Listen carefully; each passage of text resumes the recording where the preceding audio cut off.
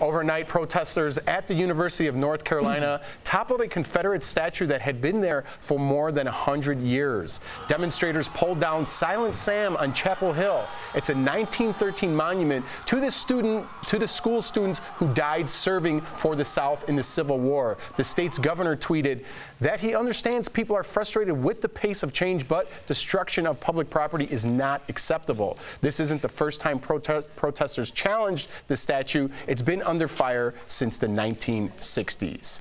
So how do we all feel about this? Well, you know, first of all, this is literally like 3.5 hours away from Charlottesville, which was the catalyst for the race discussion as we know it today, and that was a little over a year ago. A little over 100 years, that's a little over 100 years too long. There's a PhD candidate, her name is Maya Little. She has been very vocal because she is facing suspension or expulsion from school. It was her blood that was actually on the base of it. She was a part of bringing the statue down. And she talks about it, and I don't even want to mince her words, so I'm going to say exactly what she said, that they're spending too much money maintaining a statue glorifying the enslavement of my ancestors, dedicated to a man who took pleasure in beating black women on our campus, erected by a group who praised the KKK as protectors of white womanhood. So why would anyone spend their money on a school that costs $33,000 to $34,000 a year in order to continue to spend too much money on representations of the suffering of black people in this country? I have to agree with you and add on to you. Not only that, the students were told that the university was petitioning to get that statue taken down because there's a new law. It needs a historic commission to vote on it.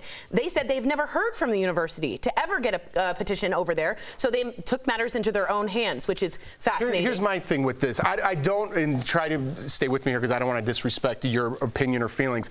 I don't like the destruction of public property. I don't like that at all, and I don't like the destruction of history. As bad as it may seem, you need that to learn from it. I don't agree with the statue being there. I think maybe they could put something else up in memory for the soldiers and in memory for who you were talking about. I think they need to take that monument down because it is they make it look glorified the way he's standing in position. I don't agree with the statue, but I agree with the history of it, the cultural significance. I know it's terrible, but you have to learn from that past. When I travel around the world, I saw some bad things in some bad places where things happen, but I learned from those moments. Do you think something like that would be ever erected in that place so we all could learn, or is that something off the table? I don't think that there's a lack of learning. I think there is a lack of empathy, because if any one of us sitting at this table were to say fundamentally who you are, you have to walk by something that reminds you that you were less than human.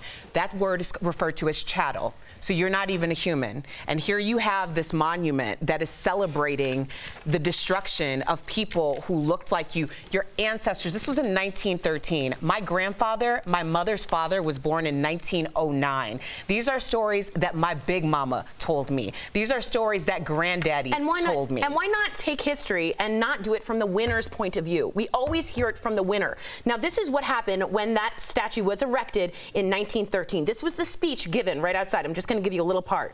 100 yards from where we stand, this is Julian Carr. Less than 90 days, perhaps, after my return from Appomattox, I horsewhipped a Negro wench until her skirts hung in shreds because upon the streets of this quiet village, she had insulted a Southern lady. She rushed for protection to these university buildings where we stationed a garrison. I performed this pleasing duty in the immediate presence of the entire garrison. So why are we not giving a statue or a plaque about the loser in that situation and tell us about history from that angle? It's always about the winners. It's not going to work. It's not going to work. Well, I mean, yeah, no one's going to make a statue about a loser. I'm not saying in this situation. I'm saying in any situation. But like a Holocaust memorial. I don't want this to be forgotten. Right. Exactly what you're saying here. I don't want this to be lost. But we don't need a statue. It's not going to be lost or forgotten, Jeff. We're dealing with this on a regular basis. We've been having these conversations for over a year since Charlottesville because it brought out this super dark secret that nobody gives a bleep about certain people in this country. So the fact that it's all on the table now, we can have a conversation, and we can have a more educated conversation, because we do not need anything that we're looking up to say, yes, you absolutely assaulted my ancestors. If I were alive during that time, then I would have been at the brunt of that. We can't forget that. No one's forgetting it. We don't need a statue to remind us. So that's where the conversation comes in. How long are you supposed to wait to earn respect? Like, how long do you wait for respect? When you have the conversation and we're going to, like, you know, be adults about it and we're going to have meetings and then talk about why it's disrespectful, how long would you like people to sit around and wait to be respected? How long do you sit around and wait to be respected? I don't have a lot of patience to sit around and wait to be respected. I think that as a human being and as someone who has a certain degree of morality and a certain degree of respect for myself, that I command respect for that.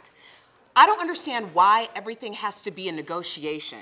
I don't negotiate for respect. I'm sick of people having conversations about negotiating for respect.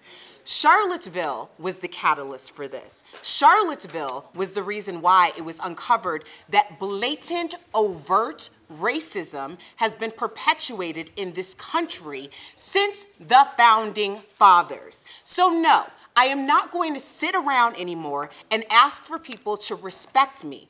I'm here. I'm a decent person. I have moral grounds and standings, so I'm going to command respect. And that's where we are. When we can walk around in this country with rifles out and tiki torches and talk about white power in a situation where we legit were treated like chattel, enslaved, and to this day we're having conversations about whether or not you should be respected? No. There's, of course, civil disobedience. You are upset when people kneel. You're upset when the statues come down. What would be nice for you? Let's talk about it in the next break.